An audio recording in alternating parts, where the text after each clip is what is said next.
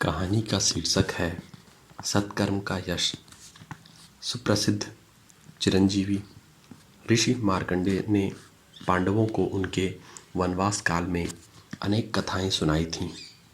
एक बार ऋषि ने पांडवों से पूछा, आप किसी ऐसे को जानते हैं जो आपसे भी लंबी उम्र का हो? ऋषि ने उत्तर में इस प्रकार कहा, एक बार प्रसिद्ध राजर्षि इंद्रद्युम्न, जिन्हें स्वर्ग से इसलिए निकलना पड़ा था कि इस संसार में उनके सुकर्मों का यशगान होना बंद हो गया था, मेरे पास आकर पूछने लगे कि महाराज, आपने मुझे पहचाना? मैंने उत्तर दिया कि हम वनवासी रमते साधु, जिन्हें यही याद नहीं रहता कि उन पर क्या गुजर रही है, भला आपको क्या जाने।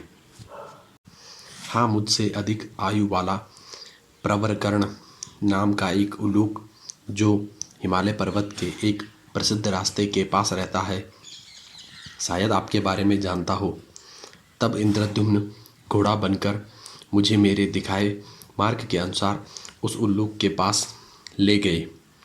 राजा ने उल्लूक से पूछा, महाशय, क्या आप मुझे जानते हैं? उल्लूक ने कुछ देर सोचकर कहा कि वह उन्हें नहीं जानता। इंद्रद्युम्न ने उल्लूक से पूछा, क्या उससे बड़ी उम्र वाला कोई और जीव है?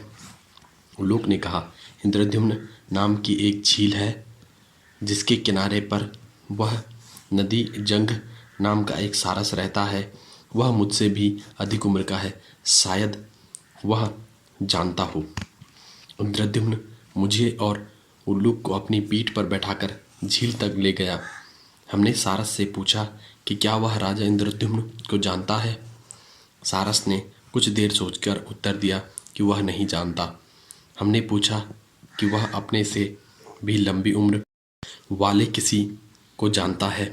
उसने कहा कि उस झील में अक्सर नाम का एक कछुआ रहता है जो उससे भी बड़ी उम्र का है, अतः उसे विश्वास है कि कछुए को राजा की याद होगी। सारस ने कछुए के पास जाकर कहा, कुछ लोग तुमसे यह पूछने आए हैं, कृपा करके जरा बाहर आ जाओ। कछुआ पानी से निकलकर हमारे पास पहुंच गया। कुछ लोग तुमसे कुछ पूछने आए हैं, कृपा करके जरा बाहर आ जाओ।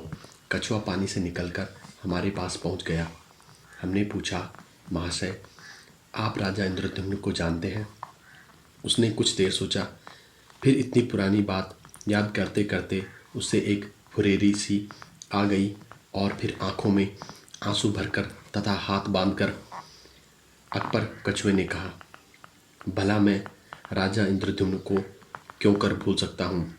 यही तो वह जगह है जहाँ उन्होंने यज्ञों की वेदी 1000 बार गाड़ी थी, और यह झील भी राजा की दान दी हुई असंख्य गायों के विचरने से बनी थी, और मैं भी तभी से इस झील में रहता आ रहा हूँ।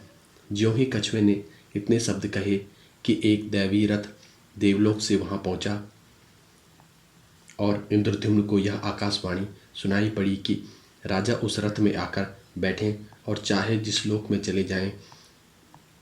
उस आकाशवाणी ने वह पुरानी कहावत भी दोहरा दी, जब तक किसी मनुष्य के सुकर्मों को इस लोक और सुरलोक में याद करके उनका बखान किया जाता है, तब तक वह स्वर्ग में रहता है, और जब तक किसी का अपयश इस संसार में फैला रहता है, तब तक वह अधम जीवन के मल में लोट लगाया करता है।